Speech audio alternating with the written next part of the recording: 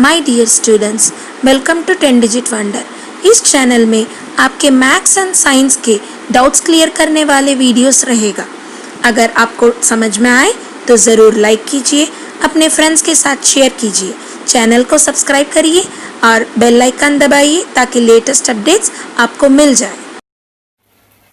Dear बच्चों, प्रश्नावली 3.1 का प्रश्न 1, जिसमें हम लोग आफताब की आयु और उनके पुत्री के आयु का ग्राफीय विधि तथा बीजगणितीय विधि से उसको निरूपण करना था। उसका बीजगणितीय विधि से निरूपण करने वाला ऑलरेडी वीडियो देख चुके हैं आप लोग। अगर नहीं देखे होंगे तो उसका डिस्क्रिप्शन बॉक्स में मैं लिंक दे दूंगी, उसको देख लीजिएगा। और उसका अभी ग्राफीय विधि से ग्राफीय निरूपण कैसे किया जाए वो अभी ध्यान दीजिए। तो हमें मिला आफताब की आयु और उनकी पुत्री का आयु का पहला समीकरण x माइनस 7y बराबर माइनस 42 और x माइनस 3y बराबर 6। ये दो समीकरण हमें मिला। पहला समीकरण है x minus 7y is equal to minus 42, दूसरा समीकरण x minus 3y is equal to 6। अब सबसे पहले हमें इसका x और y की मान ज्ञात करना है। उसके लिए इस समीकरण को हम लोगों को x को एक तरफ और y को दूसरी तरफ ले जाना है। तो अभी देखिए, जो आप करिएगा दोनों समीकरण में एक जैसे करना जरूरी है। या अगर x को लेफ्ट साइड रख के y को लेके जाएंगे तो इधर भी वैसे ही करिए। इसमें रूल नहीं है, लेकिन इससे आप लोगों को गलती होने का संभावना कम हो जाती है, इसी के लिए। तो यहां हम देखेंगे कि x बराबर 7y माइनस 7y उधर चला जाएगा तो प्लस 7y हो गया माइनस 42। अब इक्वेशन 2 का x इधर ही रहेगा और 3y माइनस 3y इधर जाएगा तो प्लस 3y, फिर प्लस 6 इधर है ही। अब नेक्स्ट इसका हम लोगों को मान निकालना है। कम से कम x और y का 3 मान निकालना जरूरी है ताकि आप लोगों को सही आंसर मिल जाए। ठीक है। तो पहले हम लोग x और y का मान को कैसे टैबुलेट करना है वो देख लेंगे। तो सबसे पहले हमारे पास x y, अब इसका एक वैल्यू यहां प्रतिस्थापन करने पर दूसरा वैल्यू हमें प्राप्त होगा। तो कैसे किया जाए ध्यान दीजिए। तो यहां यदि x का वैल्यू चाहिए तो y का मान बैठाना है। यहाँ उसके लिए एक क्लू मैं बता रही हूं। जैसे समीकरण में देखिएगा ये 7 गुना है और यहाँ 3 गुना, मतलब आप लोग जो भी मान इसमें बैठाएंगे ऐसे मान बैठाइए ताकि वो 7 के पहाड़ा में आ जाए। तो आप लोगों को आंसर जो मिलेगा वो डेसिमल में मतलब नहीं मिलेगा। ठीक है, भिन्न में नहीं मिलेगा और आप लोगों को दशमलव में नहीं मिलेगा, पूरा फुल होल आंसर्स मिलेगा। तो आप लोगों को गलती नहीं होगी। तो पहले y का मान बैठाएंगे हम। मान लीजिए अगर यहाँ देखिए 42 है, 42 तो 7 का पहाड़ा में आता ही है, तो आप लोग जानते ही है कितना 7 से 42 मिलेगा 6। तो अगर मान लीजिए y का मान हम दे दिए 6, तो y का मान क्या दिए हैं 6, साथ ही साथ वहां लिख दीजिए। तो x का मान क्या होगा 7 इंटू y का बदले में 6 माइनस 42। तो 7 इंटू 6 42 माइनस 42 बराबर 0। जब y का मान 6 दिए तो x का मान हमें प्राप्त हुआ 0। क्लियर। अब y का मान नेक्स्ट हम देंगे 7 मान लीजिए। तो x बराबर 7 इंटू y का जगह में 7 इसी समीकरण में बैठाएंगे तो माइनस 42। अब y का मान हम क्या दिए 7, 7 इंटू 7 49 माइनस 42 हमें प्राप्त हो रहा है 49 माइनस 42 7। तो 7 डालने पर मेरे आंसर मिल रहा है 7। फिर अगर मानिए y इज इक्वल टू हम डालेंगे 8, तो x का मान मिलेगा 7 into 8 minus 42. 56 minus 7 8 are 56 minus 42. अब देखिए प्राप्त हो रहा है हमें 14। तो y का मान हम क्या दिए 8 और x का मान मुझे प्राप्त हुआ 14। क्लियर। अब इसी तरह दूसरा इक्वेशन यहाँ देखिए 3 से गुना है तो 3 का पाड़ा वैल्यूज डालेंगे तो वहां आपको सुविधा होगी। तो y यहाँ कितना है 6। तो अगर मान लीजिए y इज इक्वल टू हम 0 दे रहे हैं क्या 0 तो x बराबर 3 इंटू 0 प्लस 6। उसी समीकरण में y के बदले में हम जो मान बैठा रहे हैं वो डाल रहे 0 तो 3 गुना 0 0 हो जाएगा प्लस 6 x का मान मिला 6। तो y 0 डालने पर x मिला मेरे को 6। फिर y का मान अगर मान लीजिए y का मान देंगे 1 तो x बराबर 3 गुना 1 प्लस 6। 3 गुना 1 3 3 प्लस 6 9। तो यहाँ y का मान दिए 1 तो x का मान मिला 9।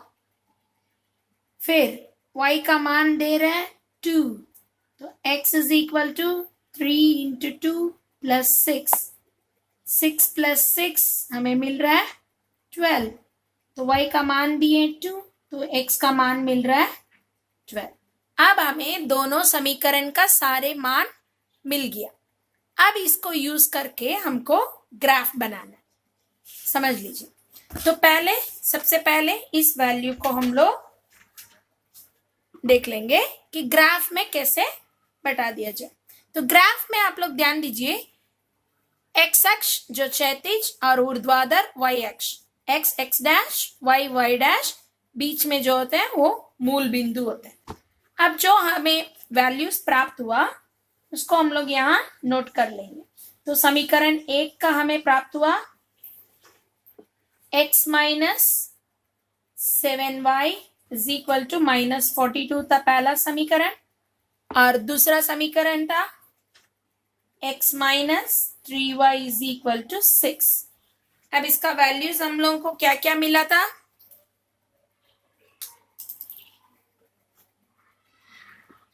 x तथा y 0 और 6 7 7 14 8 ऐसे हमें प्राप्त हुआ।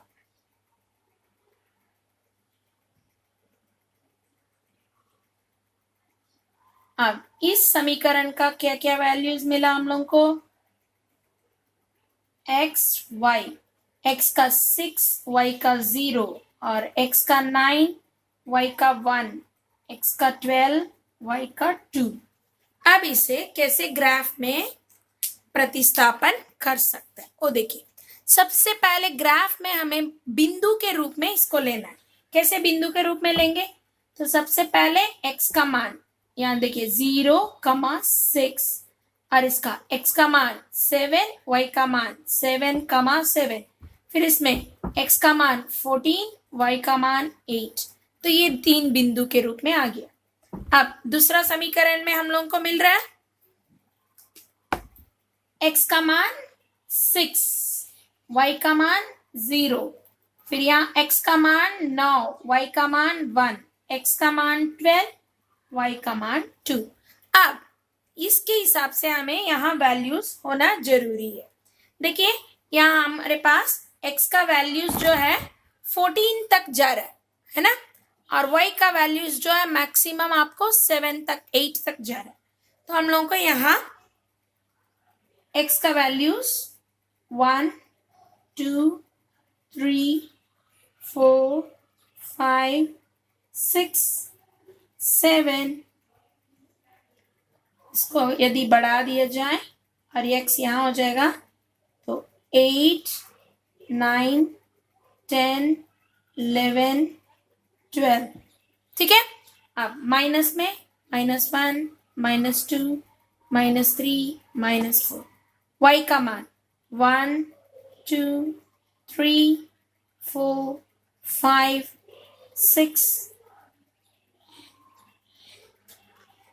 7 8 9 10।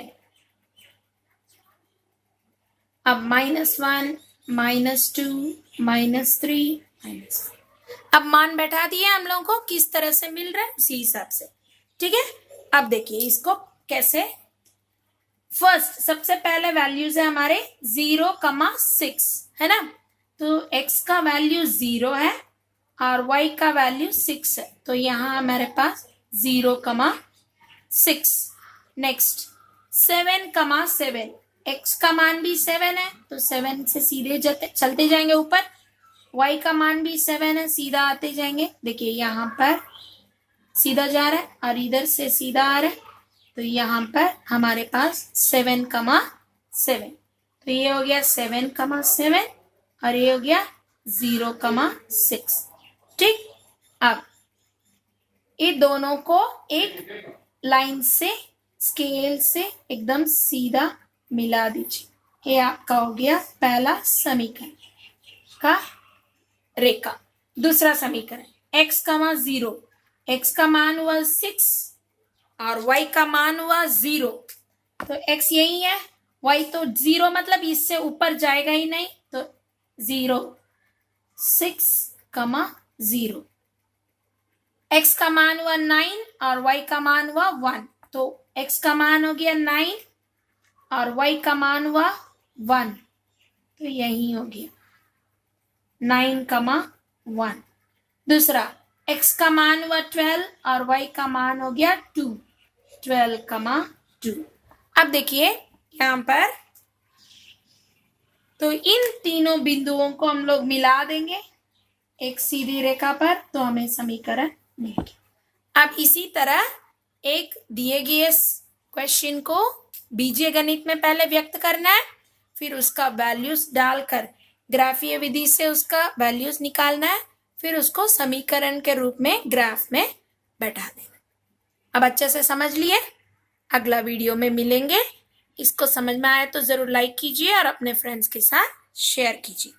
Thank you.